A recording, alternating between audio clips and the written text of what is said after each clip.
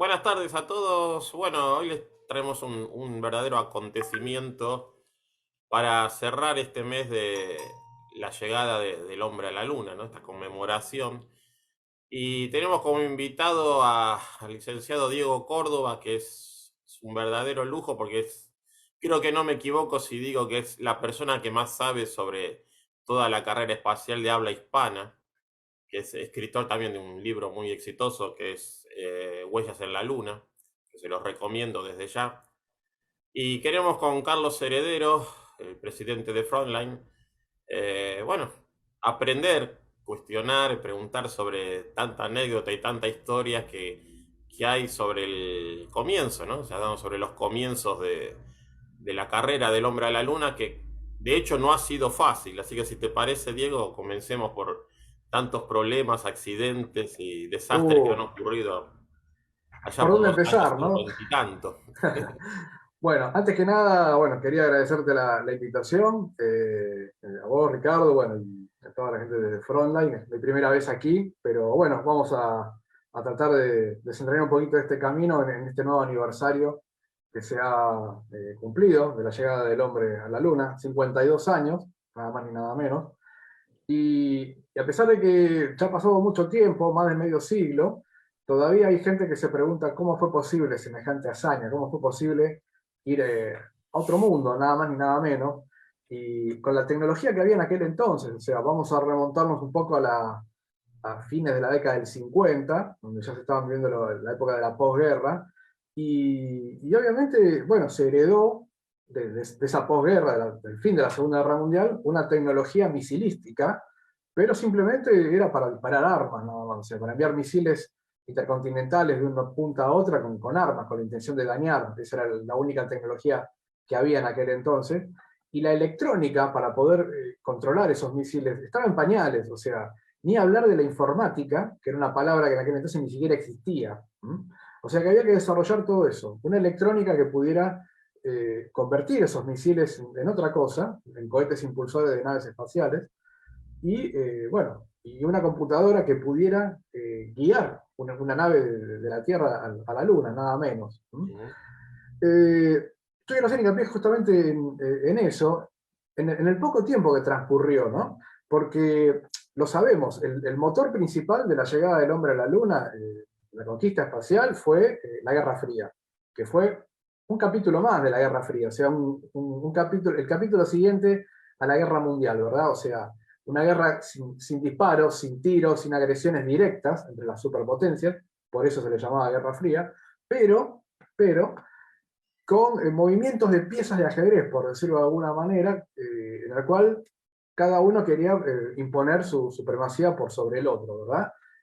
Instigando guerras a otras potencias, a otros países menores del tercer mundo, o en este caso, instalar, digamos, puestos de avanzada cada vez eh, más lejos de la Tierra. En un primer momento se pensó en la órbita terrestre. ¿Por qué? Porque desde ahí arriba uno tenía una vista privilegiada de todo el planeta y podía atacar un punto, cualquiera sea, desde un punto de vista privilegiado. Ese fue el motor principal de conquistar primero la órbita terrestre. Lo lograron los soviéticos con el lanzamiento del Sputnik, allá por febrero de 1957. Y eso obviamente encendió la alarma de Estados Unidos, la otra potencia que obviamente se sabía que no solo era colocar objetos en órbita, sino también llegar a la Luna, un lugar donde iba a tener una vista súper privilegiada, una perspectiva privilegiada para atacar cualquier punto de la Tierra. Ese fue realmente el motor principal, el origen de la iniciativa por llegar a la Luna, ¿verdad? No fue el único. Después ahora vamos a ver que se encolumnaron detrás de esto los sueños de otros científicos, ¿no? Tuvo, digamos, su cuota científica.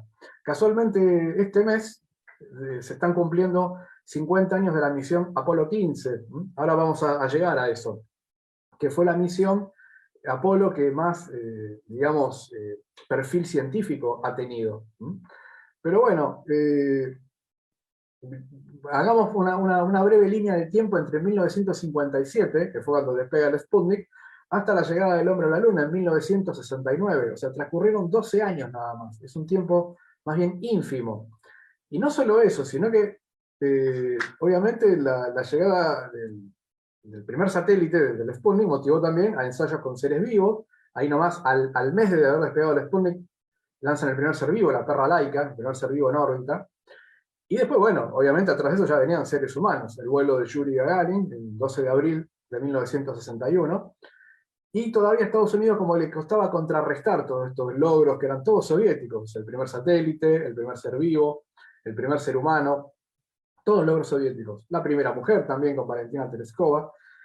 Entonces Estados Unidos trata de hacer un golpe mediático. O sea, logra colocar un ser humano en el espacio, pero no en órbita. O sea, el famoso vuelo de Alan Shepard, el primer estadounidense en el espacio, realiza un vuelo suborbital, o sea, un vuelo que no alcanzaba a dar una órbita completa alrededor de la Tierra. Es un vuelo de 15 minutos, muy parecido al que realizó en la nave New Shepard de Jeff Bezos, casualmente, ¿verdad? Llegó hasta unos 187 kilómetros de altura, pero como no lograban todavía llegar a la órbita terrestre, John Kennedy necesitó un punto de inflexión, un golpe mediático, y es a los poquitos días de haberse realizado este vuelo de Shepard, que fue en mayo de 1961, ahí mismo Kennedy blanquea las intenciones de Estados Unidos de llegar a la Luna antes de que termine la década del 60. ¿Qué siguió después de este discurso, ¿no?, ante el Senado? Justamente eso, pedir los fondos suficientes al Senado para que financie el programa para llegar a la Luna. O sea, la única experiencia que la NASA tenía en aquel entonces era un vuelo de 15 minutos, el de Alan Shepard, este vuelo suborbital. Y con eso Kennedy pretendía que la NASA adquiera toda la experiencia necesaria para algo que no se había hecho nunca antes en la vida. Y en el medio había que hacer un montón de cosas todavía. Había que ver si un ser humano podía sobrevivir en el espacio más de 12 días, que era el tiempo que iba a tomar ir a la Luna y volver.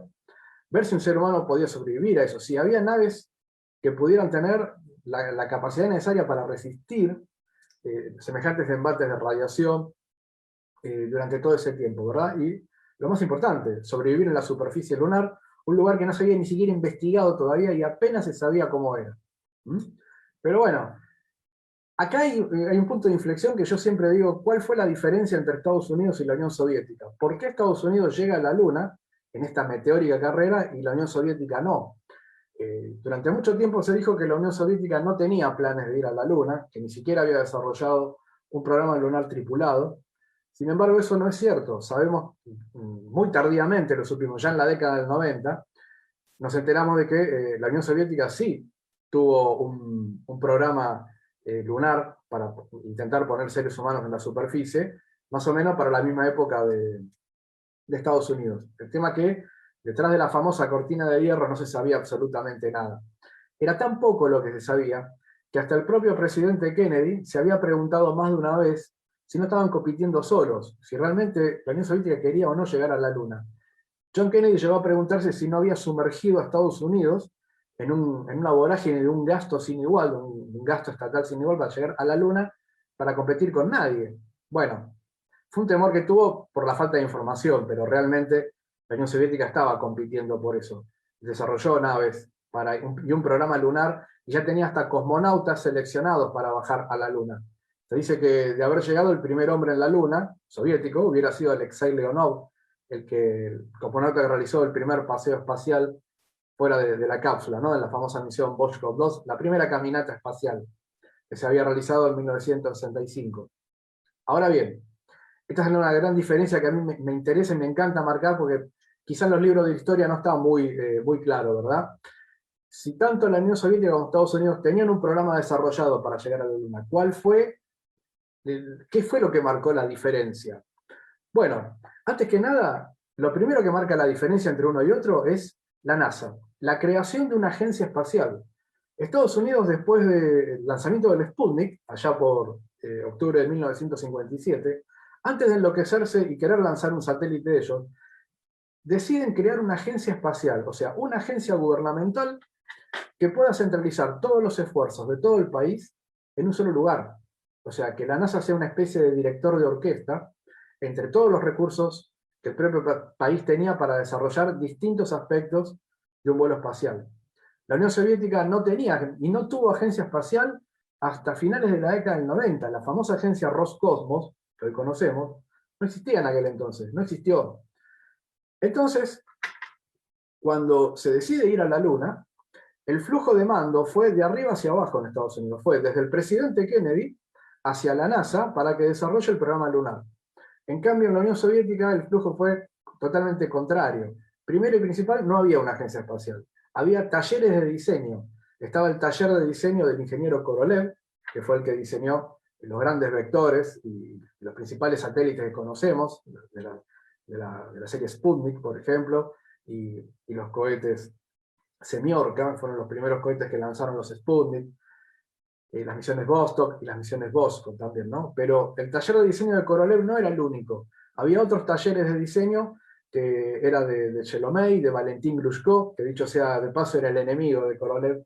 Entonces el flujo era al revés, o sea, era desde los talleres de diseño luchaban por obtener los favores del gobierno. Entonces Korolev fue el que le dijo a Nikita Khrushchev, fue de abajo hacia arriba y le dijo la importancia que tenía llegar a la Luna dentro de la década del 60. Pero bueno, Nikita Khrushchev sabía de la urgencia de llegar a la Luna, pero no era su único problema. Él realmente estaba enfrascado en otros problemas políticos que lo tenían a mal traer. Bueno, al final conocemos la historia, ¿no? Terminó en el derrocamiento de Nikita Khrushchev, que fue derrocado en 1964. Y al año siguiente muere Korolev, que era el alma mater de todo el programa espacial soviético, ¿no? Con estos dos golpes, y además, otra cuestión, había dos programas lunares. Había un programa lunar para lunizar, y otro que era tripulado, pero era solamente para orbitar la Luna. Me estoy refiriendo a programas lunares soviéticos. Entonces, con esta disparidad de los poquitos recursos que tenían, quedaron desparramados en dos iniciativas total y completamente distintas, y bueno, con esto último que ocurrió, o sea, el derrocamiento de Khrushchev y la muerte de Korolev, quedó sepultado directamente el programa lunar soviético, ¿verdad? Pero la verdad que en Estados Unidos, de esta parte del mundo, en Occidente, nadie lo sabía. Entonces, bueno, se siguió adelante, y, y bueno, nada, o sea, el problema no era solamente el enemigo, solamente la potencia contraria, sino todos los problemas con los que se toparon a la hora de empezar a desarrollar el programa lunar, ¿verdad? Lo primero que había que hacer era poner a punto un cohete que pudiera lanzar un hombre al espacio. No estoy diciendo a la Luna, al espacio. Bueno, el primer programa tripulado, que digamos fue para hacerle un poco de sombra al programa Vostok, que había puesto seres humanos en el espacio con Yuri Gagarin, Valentina Tereshkova también. El programa estadounidense fue el programa Mercury, que consiguió después sí poner hombres en órbita. El primero fue John Glenn, lo sabemos, con estos cohetes se llamaban Atlas, que eran muy inestables. Esos cohetes realmente explotaban, la mayoría explotaban, y realmente hubo astronautas de ese primer grupo de la NASA, me estoy refiriendo a John Glenn, a Alan Shepard, a Virgil Grissom, que a veces iban a los ensayos no tripulados de estos cohetes Atlas y veían horrorizados cómo al despegar estallaban. Y ese es el mismo cohete en el que se tenían que sentar ellos después para llegar a la órbita, ¿verdad? Pero bueno, eran tiempos en los cuales todo era contrarreloj, no había tiempo de hacer muchas pruebas, y realmente ser astronauta o cosmonauta, de los dos lados era la vorágine, era jugarse la vida, era casi diría ser suicida, por decirlo de alguna manera. Y esa es justamente una de las razones por la cual el 100% de los astronautas de esa época, incluso durante la década del 70 y hasta del 80 también, provenían pura y exclusivamente de las fuerzas militares, provenían del ejército, de la marina, de la aviación. Todavía estamos muy lejos de ver civiles en el espacio, mucho menos en la Luna. Bueno, Estados Unidos, al poner la mira en la Luna, tiene que pasar por otros proyectos. Primero, saber poner un hombre en órbita. Aunque sea uno solo, una cápsula donde iba un solo astronauta, que era el programa Mercury.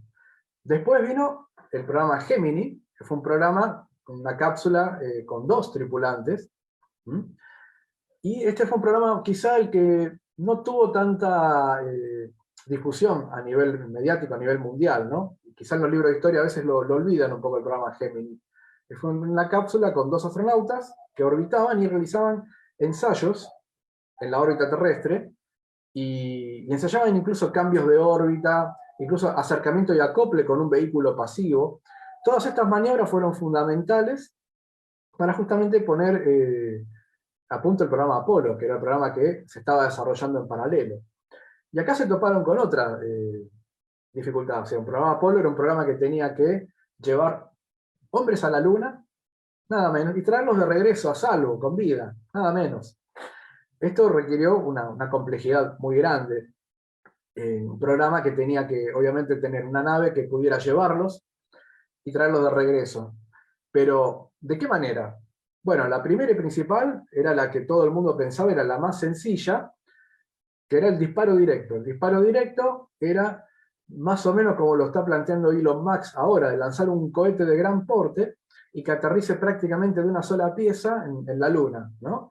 Algo muy parecido a lo que acostumbramos a ver en las películas de ciencia ficción de la década del 50 o del 60. Vemos un gran cohete gigante aterrizar en la Luna y de ahí salían los astronautas con todo su equipo, ¿verdad? Eso desde el punto de vista astronáutico era muy sencillo, porque era disparar un solo objeto y que llegara a la Luna. El problema es que un cohete, cualquier nave espacial, a medida que va avanzando en el espacio, va consumiendo combustible y queda un montón de espacio vacío, o sea, un montón de... En lugar de los tanques de combustible se van vaciando y es un volumen obsoleto. Y es algo que después tiene que cargar la nave espacial con un peso que realmente, nada, sería obsoleto y sería impracticable después despegar desde la Luna para volver a la Tierra con un volumen obsoleto, ¿no? Vacío, por decirlo de alguna manera.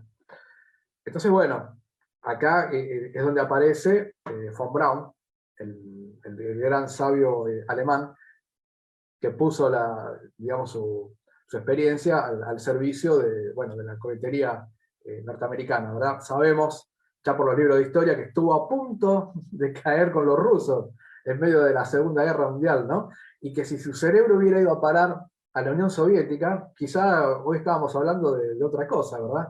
Quizá una bandera soviética hubiera podido ser desplegada en la Luna. No flamear en la Luna, no lo digo, podría ser desplegada en la Luna. Bueno, la cuestión es que von Braun propone un método para despegar que es un cohete por etapas, un cohete por etapas, un cohete donde se iba a encender una primera etapa, esa etapa iba a ser descartada una vez que se le vaciaran los tanques de combustible, ya estando en el espacio, y ahí se iba a encender una segunda etapa, e iba a continuar el ascenso, ¿verdad? Pero ya estamos hablando de una nave que se desprendió de una primera etapa, que vació sus tanques de combustible y que ya al tener un peso y un volumen muy inferior, puede optimizar su potencia. ¿Mm? Ese fue el gran secreto del Saturno V.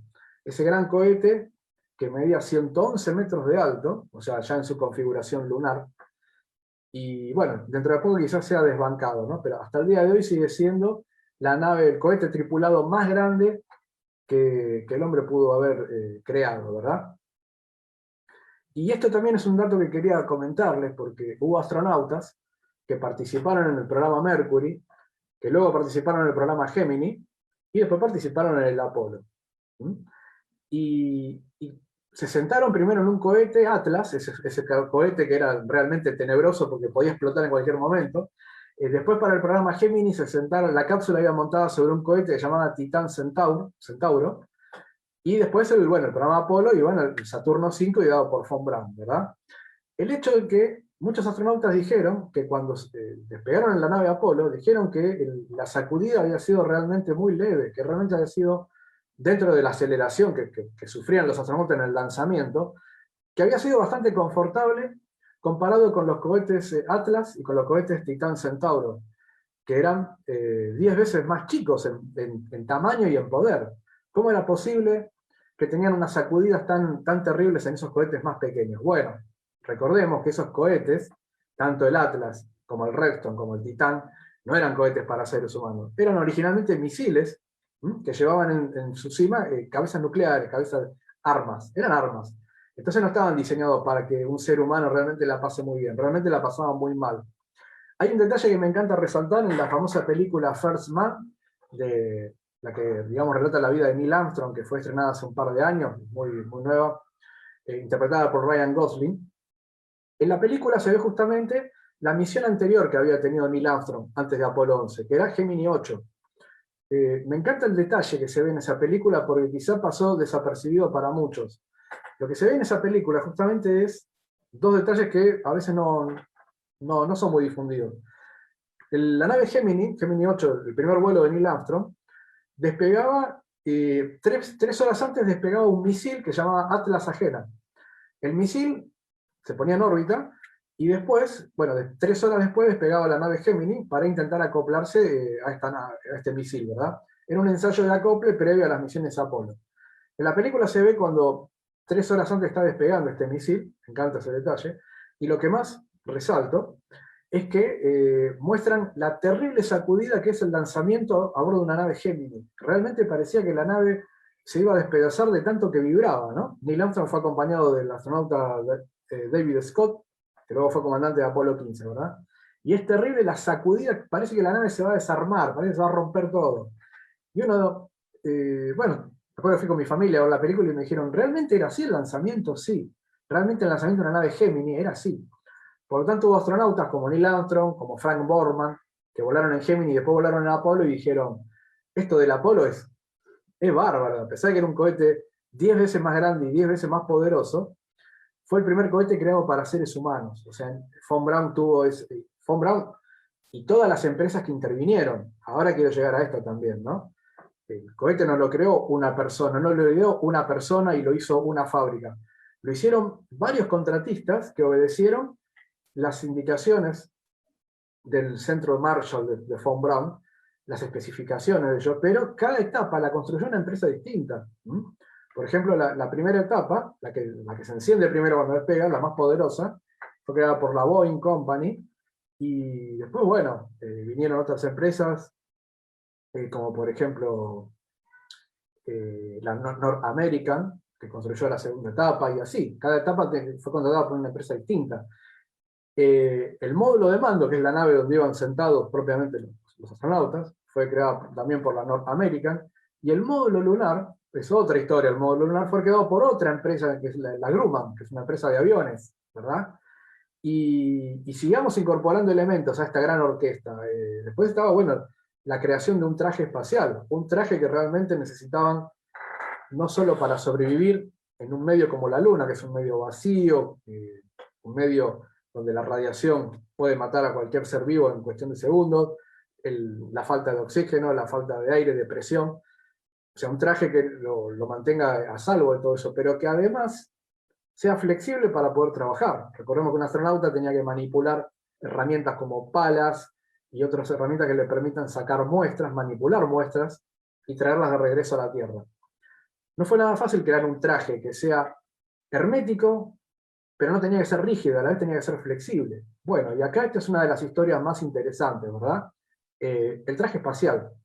El traje espacial fue creado fue el casamiento de dos empresas que provenían de dos, a ver, ¿cómo decirlo? De dos rubros total y completamente distintos, ¿verdad? Me estoy refiriendo a la empresa Hamilton, por un lado, que fue la empresa que sí venía de la industria de la aviación, que fue la encargada después de hacer la mochila con todo el suministro de oxígeno, y toda la parte de escafandra y todo eso, ¿verdad? Pero la parte del traje en sí fue dado por una empresa que realmente venía de otro rubro, que era de ropa interior femenina. Entonces uno puede decir, ¿qué tiene que ver eso con la astronáutica, verdad? Tiene mucho que ver, porque justamente la ropa interior femenina es la industria que se adapta, digamos, la que mejor piensa la ergonomía. La ergonomía me refiero a la comodidad y a la funcionalidad que tiene que tener una prenda para un ser humano. Bueno, la prenda interior femenina es una de las más complejas, y esa complejidad hacía falta para desarrollar uno de los trajes más complejos. El traje de Apolo se llama A7L, y al día de hoy, los mejores trajes espaciales para mí, para mi modesto entender, son los del Apolo. Fíjense que los trajes que hoy se utilizan en la Estación Espacial Internacional, los estadounidenses, son derivados de este traje del Apolo para poder hacer las caminatas espaciales, ¿verdad? O sea que con varias modificaciones, pero la base del traje espacial de los estadounidenses es la del Apolo, el famoso A7L, derivado de una unión que parecía imposible. Realmente fue terrible también poder manejar estas dos empresas que venían con mentalidades de trabajo, aparte, total y completamente distintas. Y sin embargo lo lograron, ¿verdad? Y después, bueno, Otra historia fue la de la computadora del Apolo, cuando ni siquiera existía la palabra computadora. ¿Mm? La computadora no fue desarrollada por IBM. Muchos piensan en IBM, porque IBM desarrolló una pequeña computadora de navegación para el programa Gemini. Entonces IBM creía que los iban a invitar para el Apolo, que era la nave fundamental, una computadora que les tenía que enseñar a navegar hacia la Luna. Pero no donde estaba la Luna cuando despegaban, hacia donde iba a estar la Luna cuando llegaran dentro de 4 días, que era lo que duraba el viaje. Entonces tenían que tener muy en claro la navegación, ¿verdad? O sea, llegar a la Luna, ir a apuntar a un lugar donde todavía la Luna no estaba. La Luna iba a estar dentro de 4 días cuando ellos llegaran. Entonces tenían que saber a dónde dirigirse. Y obviamente los datos fundamentales de esta computadora estaban apoyados por observaciones que realizaban los astronautas con sextantes. El sextante es un instrumento muy antiguo de los navegantes. Y cuando digo navegantes me estoy refiriendo a los navegantes del siglo XVI, siglo XV. Los llegó a ser Cristóbal Colón, incluso, ¿no? Incluso se basa en un instrumento más antiguo que se llama astrolabio también, ¿verdad? Tanto el astrolabio como el sextante son instrumentos que sirven para orientarse por medio de las estrellas. Y aunque ustedes no lo crean, los astronautas, muchos astronautas provenían sobre todo de la Marina, entonces la tenían muy clara con el tema del uso del sextante, del astrolabio, y el Apolo tenía un sextante incorporado. Y además, algo muy interesante, en medio de todo este entrenamiento de fuerza, de ingravidez, de soportar terribles temperaturas, tanto altas como bajas, y desarrollar terribles exigencias físicas, los astronautas que ya estaban seleccionados para el Apolo, ¿dónde entrenaban para la navegación? En planetarios. Iban a planetarios. Hay un planetario muy grande en Chicago donde los astronautas les enseñaban el cielo y las estrellas que se iban a encontrar de camino a la Luna, y aprendían navegación con eso. Obviamente estaba apoyada por los datos de la computadora, pero digamos, unos se iban respaldando con los datos del otro. Y quiero resaltar acá el papel de Jim Lovell, que fue piloto del módulo de mando en Apolo 8, y después fue comandante de la famosa Apolo 13, ¿verdad? Bueno, Jim Lovell fue uno de los mejores navegantes por medio de las estrellas. Llegó a obtener datos casi tan exactos como el de la computadora, que no fue desarrollada, insisto, por IBM, fue desarrollada por el Instituto Tecnológico de Massachusetts. Fue desarrollado en un ambiente universitario, ¿verdad? Y eso es otra historia que, bueno, hoy estamos avanzando un poco rápido porque quiero resaltar un poquito cada uno de todos los detalles del Apolo, ¿verdad? Pero ¿a qué quiero llegar con esto? A que la NASA fue el gran director de orquesta para incorporar las empresas que habían creado las distintas partes del Saturno V, más las empresas que crearon el traje espacial, más la universidad, porque no fue una empresa, la universidad que creó la computadora, y también el último elemento, que esto se sumó después, no en Apolo, se sumó después, el ship lunar, el famoso vehículo rodado, que fue utilizado en las últimas 3 misiones Apolo, ¿no? Por ejemplo, Apolo 15, que este mes ahora está cumpliendo 50 años, Apolo 16 y 17, que fueron las últimas 3 misiones del programa lunar. Y bueno, llegado el momento, Apolo 11 obviamente fue la primera misión en llegar a la Luna, pero no fue la primera misión tripulada, o sea, tuvo que ser precedida por otras misiones tripuladas que fueron lanzadas a modo de ensayo. La primera misión tripulada del programa Apolo iba a ser una misión para probar la nave espacial Apolo, pero en órbita terrestre, nada más. Había que probar estos sistemas de navegación que estuvimos mencionando con la computadora del Apolo, y todos los sistemas de vida que tenían que funcionar. El tema es que, bueno, realmente fue un comienzo bastante difícil, terrible, por decirlo de alguna manera, porque esta primera misión iba a ser desarrollada en 1967 por 3 astronautas. El primero de ellos era Virgil Gleason, que era veterano de las misiones Mercury y Gemini, o sea, iba a ser el primer ser humano en volar a los 3 programas, Mercury, Gemini y Apolo, ¿verdad? Era una tripulación muy selecta. El piloto, el número 2 de la tripulación, iba a ser Edward White, que era el astronauta que había realizado la primera caminata espacial en la misión Gemini 4, y el tercer tripulante era un novato que se llamaba Roger Chaffee, que no había realizado ningún vuelo hasta ese momento, pero tenía unas dotes de piloto muy, muy importantes. Roger Chaffee pertenecía al grupo 3 de astronautas, y el grupo 3, que era el mismo grupo que pertenecía a Buzz Aldrin también, El grupo 3 de astronautas era un grupo muy interesante, porque era un grupo que no eran estrellas que simplemente que se dedicaban a mostrarse en las publicaciones, en diarios y revistas, y eran pilotos y eran nada más que una estirpe que era solamente pilotos y hablaban entre ellos. No, el grupo 3 de astronautas es uno de los grupos que a mí personalmente siempre me llamó la atención, porque era un grupo que se dedicaba a hablar con los operarios, hablaban con los trabajadores de las distintas partes de la nave Apolo que acabo de mencionar, ¿no? A veces los astronautas visitaban la fábrica Grumman, que era donde se desarrolló y se ensamblaba el módulo lunar, y los astronautas iban a hablar directamente con ellos. Les preguntaban cuál era su trabajo, a qué se dedicaban, cuál era la parte fundamental que ellos desarrollaban en el trabajo. ¿Por qué? No solamente porque tenían, digamos, una humildad que realmente me encanta resaltarlo, sino porque además tenía un interés propio. El astronauta iba a poner su humanidad en esa nave, ¿no? Entonces era lógico que cuando los astronautas iban invitados a recorrer las instalaciones de las fábricas donde fabricaban las naves espaciales, era muy innato en ellos, ¿no? Este grupo 3 se dedicaban a charlar con los operarios. Los operarios realmente sentían que los visitaban estrellas de rock, como eran los astronautas en aquel entonces. Entonces, realmente sentían que estaban haciendo algo no importante, importantísimo. Estaban fabricando algo para llevar el hombre a la luna, ¿no? Entonces sentían que habían sido visitados por personalidades más importantes que el presidente. Y, y realmente ese sentimiento, digamos, de feedback, retroalimentación que había entre los trabajadores del programa Apolo y los astronautas se desarrolló con este grupo, el grupo 3. Bueno, lamentablemente sabemos lo que ocurrió con esta primera misión, que nunca llegó a despegar, nunca llegó a despegar. Ocurrió un accidente terrible durante un ensayo en tierra, o sea, no habían logrado despegar. Estaban realizando una prueba que se llamaba la prueba Unplugged, una prueba, decía, desenchufado, ¿no? Y los astronautas estaban vestidos, ya con los trajes de astronautas dentro de la cápsula, no iba a despegar, faltaban varias semanas todavía para despegar, pero estaban haciendo una simulación como si estuvieran en el espacio, ¿no? La cápsula estaba herméticamente cerrada, ellos con los trajes puestos, y tenían que hacer pruebas de comunicación entre ellos y los edificios de comunicación que estaban allí nomás. Pero bueno, aparte que las pruebas estaban fallando, no estaban saliendo bien estas comunicaciones, se produce un cortocircuito en un cable, en un tablero de la nave, y este chispazo origina un terrible incendio que lamentablemente terminó matando a los astronautas, pero no los terminó quemando, como muchos dicen. Los astronautas murieron por asfixia, por la combustión de todos los elementos que había ahí, que fue una combustión rapidísima. Estamos hablando de un incendio que duró 2 minutos nada más. Tardaron bastante en sacarlos.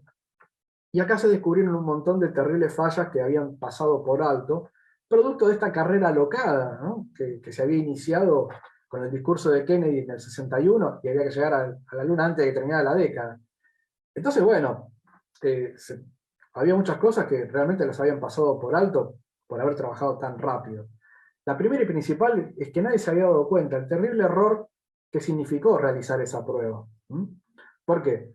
Porque la cápsula Apolo obviamente estaba llena de aire, y cuando está en el espacio, como cualquier nave espacial, hay una gran diferencia de presión. O sea, adentro de la cápsula había una presión de 1 atmósfera, y afuera en el espacio la presión era 0. Entonces, para recrear esa diferencia de presión en la Tierra, aumentaron terriblemente la presión adentro de la cápsula. O sea, muchos se habían olvidado de que la cápsula no estaba en el espacio, estaba en la Tierra.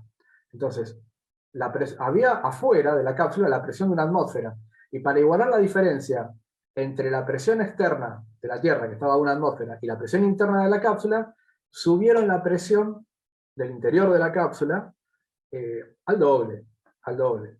Y además no era la mezcla de oxígeno y nitrógeno que estamos acostumbrados a respirar, era oxígeno puro. Oxígeno puro sometido a una presión terrible hace que objetos metálicos, que no son combustibles, se transformen en combustibles. Y eso es lo que había pasado. Un chispazo originó un terrible y voraz incendio. Entonces, bueno, y lo peor de todo fue que la escotilla tenía una gran cantidad de cerrojos que no se podía abrir de una manera rápida. Encima se abría hacia adentro. O sea que con la presión que tenía la cápsula, con el incendio que estaba abriéndola, era imposible poder forzar esa escotilla, que además se había deformado por la presión durante el incendio que se había desatado. O sea que el rescate fue imposible. Bueno, obviamente esto motivó primero, además fue un golpe durísimo, motivó a una reforma total y completa de la cápsula Apolo.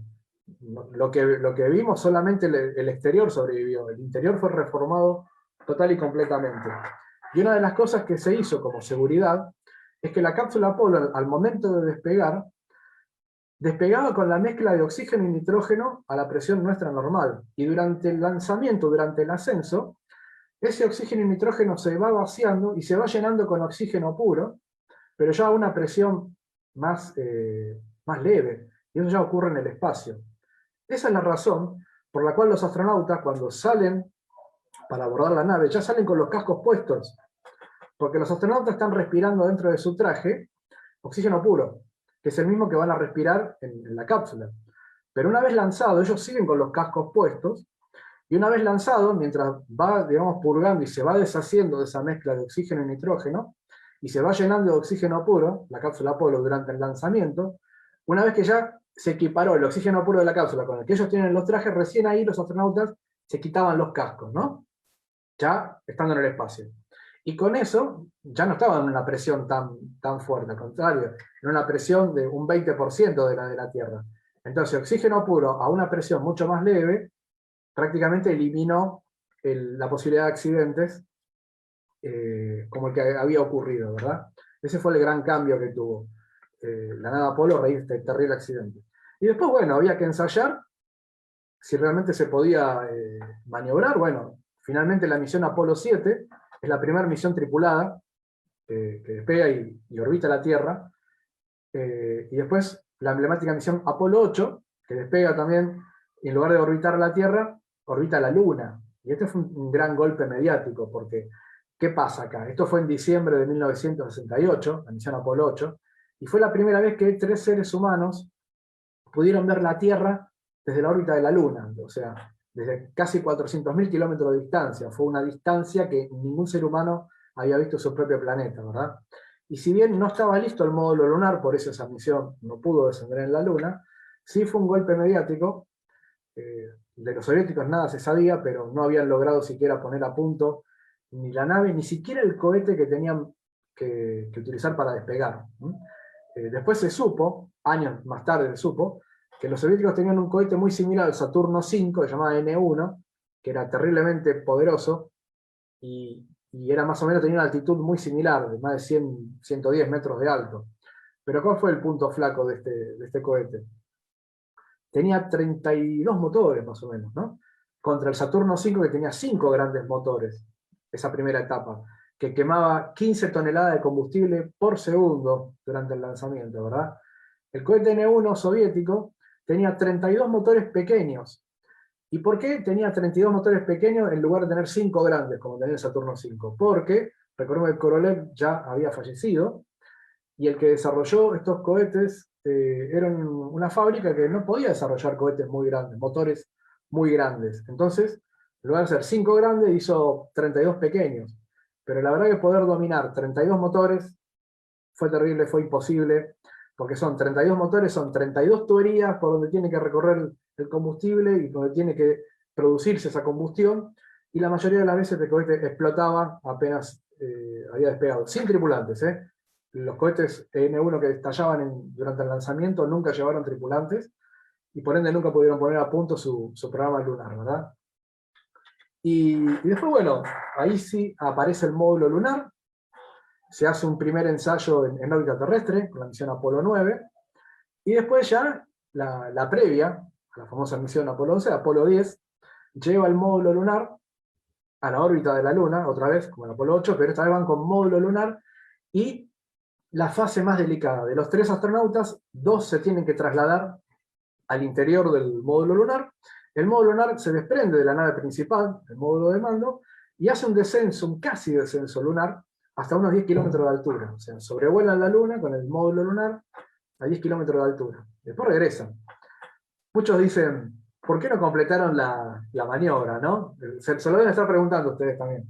¿Por qué no completaron la maniobra y siguieron hacia la superficie lunar? 10 kilómetros los separaban nada más. ¿Por qué no lo hicieron los tripulantes de Apolo 10? Me estoy refiriendo a Tom Stafford, comandante, y Gene Cernan, que era piloto del módulo lunar. Bueno, había varios motivos. El primero, porque muchos decían, seguramente no tenían los trajes ni las botas. Sí, sí, las tenían, porque la simulación era completa y total. Tenían hasta el equipo para bajar a la Luna, las tenían. ¿Pero qué no tenían? Bueno, por un lado, en la computadora no tenían cargados, el software, no tenían cargados los datos para un descenso lunar. En segundo lugar, no tenían el combustible suficiente para completar el descenso y después un ascenso. No tenían ese combustible. No estaba optimizado este módulo lunar para completar el descenso, ¿verdad? Pero fue muy importante lo que hizo, porque fue un ensayo total de la maniobra que tenían que hacer después Neil Armstrong y Buzz Aldrin unos meses después. Estamos hablando de mayo de 1969, faltaban 2 meses nada más para la gran misión.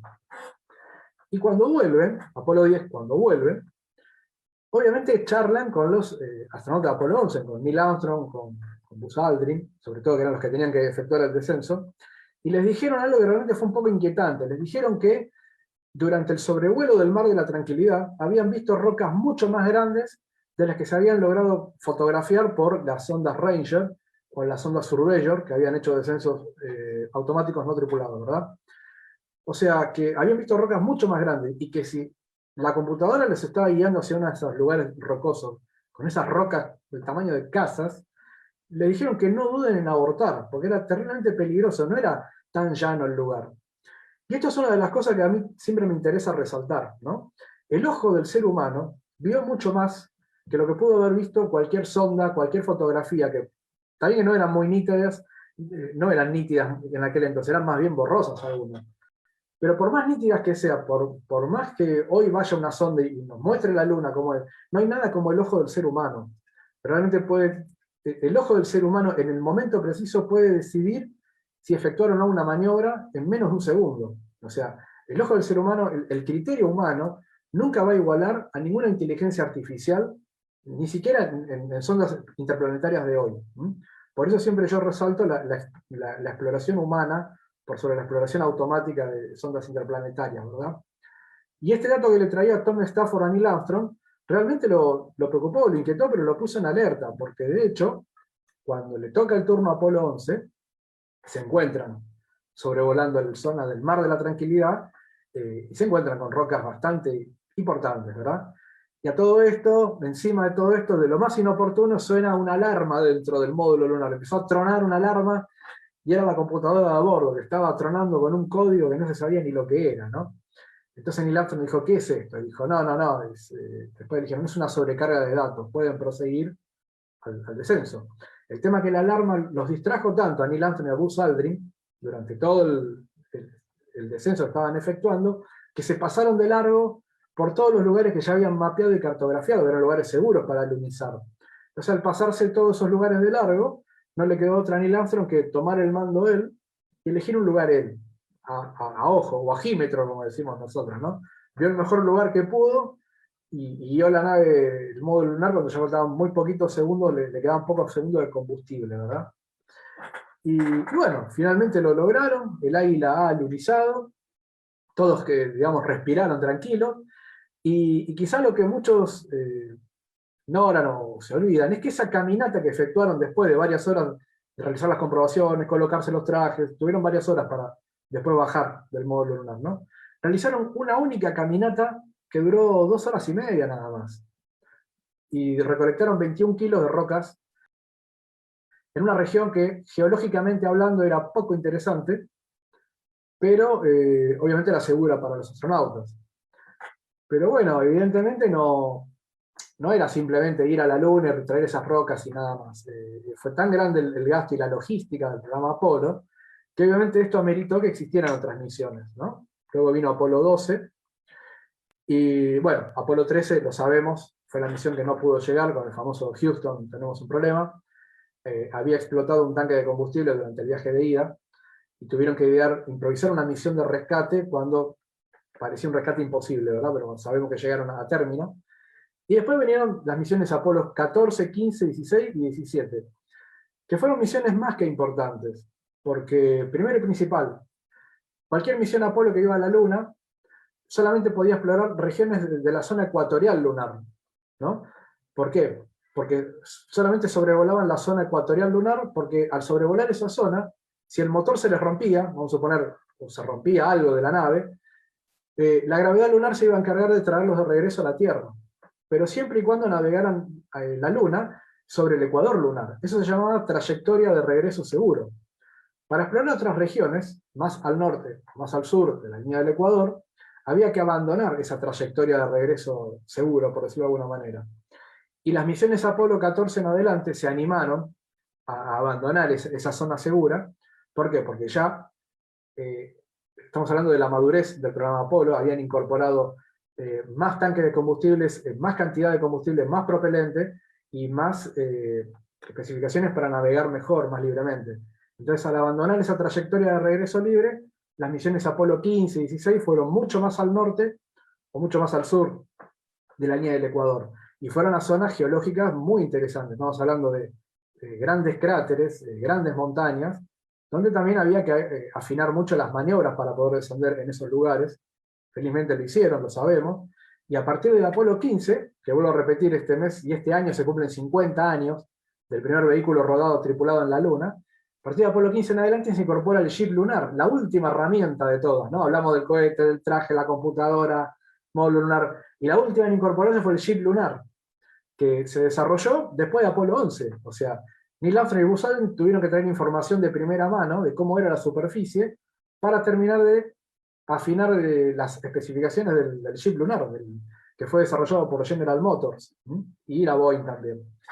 Y bueno, con el chip lunar pudieron alejarse mucho más, hasta 10 kilómetros se podían alejar del módulo lunar, del lugar donde habían alunizado. Y esto es importante, el chip lunar no servía para pasear en la Luna y nada más. De no existir el chip lunar, hubiera quedado obsoleta una exploración planetaria. En cambio, al tener un chip lunar, pudieron hacer excursiones mucho más largas. Recordemos que Armstrong y Aldrin hicieron una única caminata de 2 horas y media nada más, donde obviamente se desplegó material científico, trajeron muestras, y fue más que interesante. Pero las misiones Apolo 15 en adelante pudieron hacer 3 excursiones de más de 7 horas cada una. Y cada una de estas misiones Apolo, de la 15 en adelante, ya trajeron cientos de muestras de rocas lunares de otra región de la Luna total y completamente distinta a la de Apolo 11, ¿verdad? Entonces, ¿a qué quiero llegar con esto? Que al ir a varios lugares total y completamente distintos de la Luna, fue realmente un gran logro científico, porque han traído rocas de lugares donde se habían producido distintos procesos en la Luna. Es decir, gracias a las rocas traídas por las misiones Apolo, se supo que en la Luna existió un origen violento, que tuvo mucho que ver con vulcanismo, y que también la Luna y la Tierra se originaron más o menos para la misma época, tienen un origen contemporáneo. Eso es el resultado del análisis de las rocas que trajeron las misiones Apolo. Y este es el legado que nos deja el programa Apolo, ¿verdad? Porque hoy por hoy el 90% de lo que sabemos de la Luna es gracias a las rocas que trajeron las misiones Apolo de las distintas misiones, y no es algo que se apropió la NASA, ni se quedó la NASA, ni mucho menos, ¿no? Las rocas lunares quedaron y están a disposición de la comunidad científica mundial, o sea, entidades científicas geológicas de muchos países del mundo, que ni siquiera están alineados políticamente con Estados Unidos, y con esto también quiero de paso dar por tierra teorías conspirativas y ese tipo de cosas. Países que ni siquiera estuvieran alineados con Estados Unidos han obtenido resultados por haber podido acceder directamente a las muestras lunares de las misiones Apolo, que fueron traídas de distintas zonas geológicas y nos dieron un panorama total y completamente completo del origen de la Luna, ¿no? Que obviamente también nos dio la clave del origen de la Tierra y del resto del sistema solar. Así que básicamente ese es el gran legado que nos deja el Apolo, el caudal científico que nos trajo, y los adelantos que tuvieron que sucederse para hacer posible la llegada del hombre a la Luna, ¿verdad? O sea, hoy vivimos sin darnos cuenta, rodeados de tecnología espacial. Por ejemplo, la ropa que usamos, el calzado deportivo, la ropa deportiva, trajes de amianto de los bomberos, de los corredores de Fórmula 1, los lentes para el sol, los pañales con gel para los bebés, que son de uso tan común, el proceso de alimentos, o los filtros para transformar agua no potable en potable, o los filtros de aire para transformar aire respirable, son todos derivados directos de la tecnología espacial. Los teléfonos celulares, la miniaturización permanente de todos los componentes electrónicos que hoy utilizamos, son todos derivados directos del programa Apolo y de la industria espacial, y esa es otra de las razones por las cuales la industria espacial debe existir, ¿no? Muchos preguntarán, ¿por qué ir a la Luna? ¿Por qué ir a Marte? Cuando en la Tierra tenemos tantos problemas, ¿verdad?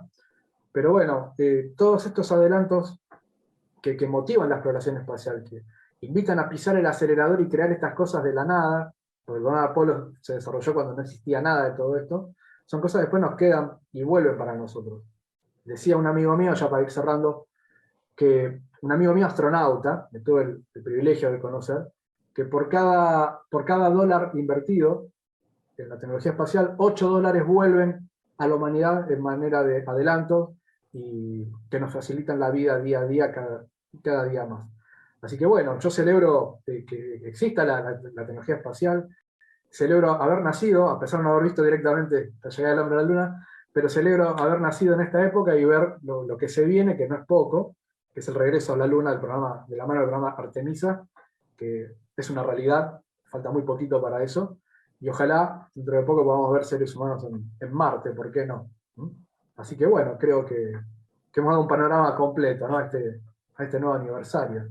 La verdad que interesantísimo por las anécdotas también, ¿no? Sí, hubo muchas anécdotas, incluso recordemos que el programa Apolo, la parte visible era el astronauta, o los técnicos de Houston, pero realmente involucró a 500.000 personas, o sea, que se desarrollaron en las distintas industrias de las distintas partes del programa Apolo, ¿no? Que la hemos mencionado, ¿no? Los componentes del cohete, de la nave espacial, el traje espacial. Así que realmente gran parte de Estados Unidos y gran parte de otras personas desparramadas en el mundo, incluso hubo hasta argentinos, gente de toda Latinoamérica que han estado afectados viviendo en Estados Unidos a distintas facetas del desarrollo del programa Apolo. Y a futuro. Ah, perdón, Carlos. Sí, Sí, no, no, quería hacer una pregunta ya un poco, algo que siempre las personas preguntan es por qué no hemos regresado a la Luna. es una muy buena pregunta, sí. Es clásica Es clásica. y sería bueno preguntarte a ti que tienes tanto conocimiento, ¿qué tú piensas al respecto? Bueno, en realidad la respuesta es clara, no es un tema de opinión, es un tema de dato y de realidad, ¿no? El programa Apolo costó 100.000 millones de dólares al precio de hoy. Es mucho dinero, fue una gran parte del producto del PBI de Estados Unidos, ¿verdad? Pero bueno, no se escatimó en gastos en ese entonces, porque llegar a la Luna era primordial para vencer a la Unión Soviética, ¿verdad? Entonces, bueno, no importaba cuánto costaba o cuánto iba a salir. Entonces, justamente cuando el presidente Kennedy le pide al Senado el dinero para financiar esto, se abre una política que se llamaba Política de Financiación Sin Límites, así se llamó, para la NASA, para que el dinero no sea justamente un estorbo o un impedimento. Pero claro, esta política, ¿no?, que se llevó a la Luna y que además se tuvo este caudal científico, y ver que los rusos no habían llegado y que no tenían posibilidad de llegar, el caudal directamente después se mermó en un 10%. O sea, la NASA no funciona sola, funciona con el flujo de dinero que ni siquiera el presidente era el dueño del dinero. El dueño de la billetera, de la cartera, es el Senado. El Senado, al cerrar el grifo financiero, la NASA ya no puede seguir financiando el programa lunar. De hecho, las misiones Apolo tenían que haber llegado hasta Apolo 20. Las últimas 3 misiones se recortaron por temas presupuestarios y nunca se realizaron. Y bueno, nada, o sea, ir a la Luna en un cohete como el Saturno 5, que medía 111 metros de alto y no se recuperaba absolutamente nada, estas etapas, a medida que se iban quemando, caían en el océano, muchas deben estar ahí todavía, sin posibilidad de reutilizar absolutamente nada. Y esa es una realidad que justamente ha venido cambiando ahora, ¿verdad? Con la aparición de los privados, que justamente lo que prima justamente es la reutilización de los cohetes. Históricamente hablando, un cohete siempre fue la parte más cara de una nave espacial, cualquiera. Entonces, no recuperar un cohete como el Saturno 5 era un terrible agujero financiero que era insostenible en el tiempo. O sea, recordemos la película 2001, Odisea del Espacio, o el libro de Arthur Clarke, que decía que para el 2001 ya estábamos orbitando Júpiter, más o menos, pero él lo escribió en 1968, durante la vorágine del programa Apolo, entonces él creía que con esa vorágine iba a seguir siempre. La vorágine se cortó porque era insostenible financieramente en el tiempo. Pero bueno, ahora son otras las prioridades para volver a la Luna, por qué no volvimos antes y por qué volvemos ahora. Bueno, porque ahora hay prioridades quizás no tanto políticas, sino científicas. Hay testimonios de componentes de agua en la superficie lunar, agua a nivel molecular, ¿no? Y que se han estado sólido y debajo de la superficie en el polo sur lunar, y ese es el objetivo que ahora está apuntando para regresar a la Luna el programa Artemisa, explorar el polo sur lunar, un lugar que nunca se ha explorado de manera humana hasta ahora. Buenísimo. Y a futuro, digamos, ahora juegan los chinos, juegan los Sí. privados, como estabas comenzando a decir. ¿Cómo ves digamos, esa mezcla de estados en competencia, más los privados jugando muy fuerte en la actualidad? Y son actores completamente distintos, o sea, antes era más fácil, ¿no? Porque era Estados Unidos y la Unión Soviética, pero ahora está la NASA con los privados, que yo me arriesgo a decir, no están compitiendo, ni mucho menos, trabajan de manera conjunta y mancomunada, uno se van a nutrir del otro, porque los privados, ¿qué quieren? Como toda empresa privada, optimizar sus costos, lograr ofrecer un servicio, como puede ser el turismo espacial, que en realidad no es ese su objetivo, el turismo espacial. El turismo espacial es para probar nuevas tecnologías y aportarle a la NASA esto de reutilizar cohetes, que ya sabemos que SpaceX, con su Falcon 9, son los campeones para reutilizar todos los elementos de una nave espacial. Las propias naves son reutilizables. De hecho, la NASA quiso reutilizar siempre con el transbordador espacial, lo hemos visto durante los últimos 30 años. Pero el transbordador espacial resultó algo tan complejo que los costos siempre se iban al diablo, a pesar de ser una nave reutilizable, ¿verdad? La cuestión es que las empresas privadas le van a dar la experiencia, le dan la experiencia a la NASA de la reutilización de componentes, y la NASA les va a dar a su vez parte de su presupuesto para participar en el programa Artemisa y otros programas de exploración espacial. Pero por el lado político se ha, digamos, variado un poco los actores, como vos bien decís, está China, que ya tiene claras intenciones de ellos también de llegar a la Luna. De hecho, China logró logró mucho en tan poco tiempo, ¿verdad?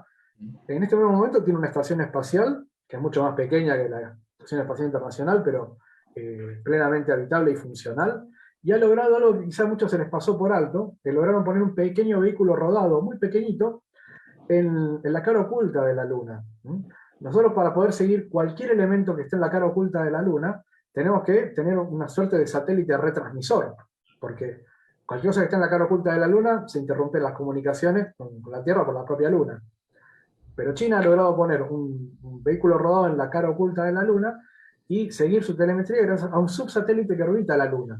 O sea que esto de andar instalando satélites para hacer de repetición de comunicación, solamente los chinos lo hicieron. Así que bueno, son pequeñas cosas que nos están diciendo que ellos por su lado avanzan como a los saltos, ¿no? Nosotros, con esta historia que contamos de Apolo y de su competencia con Rusia, fue una historia más bien lineal, con un desarrollo, con un acontecimiento uno tras del otro, y China sorprende porque va avanzando a los saltos y con cada salto nos hace abrir los ojos hacia nosotros en Occidente, ¿verdad? Y China ya firmó un tratado con Rusia para la futura instalación de una base lunar, y esto está demostrando que, bueno, que por un lado Rusia y China se están emparejando, y por otro lado va a quedar Estados Unidos, pero son grises, ¿no? Porque Rusia, a su vez, con Estados Unidos siguen siendo los socios principales de la Estación Espacial Internacional, ¿verdad? O sea que ahora no hay como buenos y malos, o estás de este lado o estás del otro lado, ¿verdad? En algún momento, y esto siempre lo dije antes y lo digo ahora, para volver a la Luna o para ir a Marte ya no va a ser el mérito de una nación o de una agencia espacial. Sí o sí hay que regresar e ir con una colaboración espacial que sea internacional y ojalá que sea mundial y que no haya, digamos, bandos, ¿no? Que esté todo mancomunado en un solo esfuerzo. Bueno, la verdad que excelente, Diego. No sé si Carlos quedó alguna pregunta o la gente está preguntando algo. No, hay comentarios dando saludos desde México, de Colombia. No, pienso Claro. que ha sido Diego es una enciclopedia, ha sido una excelente charla y además es entretenido, o sea, no es solo saber, sino saber comunicar. Y definitivamente pienso que podemos invitarte más adelante para algunos temas. Ahora realmente está muy caliente el tema de regresar a la Luna con SpaceX y Blue Origin luchando ahí, que parece que por fin SpaceX va a ir delante, ¿no? Sí, está muy caliente el tema y creo que sería muy interesante desarrollarlo quizá en una charla posterior, porque va a dar ya está dando que hablar un montón de por qué, cuáles fueron las razones por las cuales SpaceX ha triunfado cuando aparentemente las otras empresas como Dynetics o Blue Origin tenían, a mi modesto entender, propuestas quizás más interesantes o un poco más lógicas a nivel estructural, ¿verdad? Pero bueno, la actividad espacial ahora ya no es tanto blanco-negro, es ahora con grises donde intervienen otros tipos de intereses, y la NASA en este momento tiene, digamos, no sé si decir favoritismo con SpaceX, ¿no? Pero SpaceX hoy por hoy es la empresa que justo desde hace un año le está llevando sus astronautas a la estación espacial, después de 9 años que no tenían naves propias, ¿no? Qué ironía que la NASA, la nación, Estados Unidos había puesto hombres en la Luna hace 52 años, desde hacía mucho tiempo no tenía ni siquiera naves para ir a la estación espacial, y SpaceX le da esa solución, ¿no? Son un poco los niños mimados de la NASA, pero creo que esto va a dar para otra charla porque esto es historia presente, por decirlo de alguna manera. Ok. Buenísimo, Diego. Bueno, desde ya te agradezco enormemente No, por favor. charla. Y bueno, Carlos, no sé, nos despedimos ya hasta el próximo evento. Ok, sí, muchas gracias, agradecidísimos y excelente, excelente, muy entretenida. Nos vamos a ver pronto. Gracias, Carlos. Bueno, gracias, Ricardo. Y obviamente atento para cualquier convocatoria. Y acá estaremos. Gracias, suerte, Diego. Abrazo, gracias.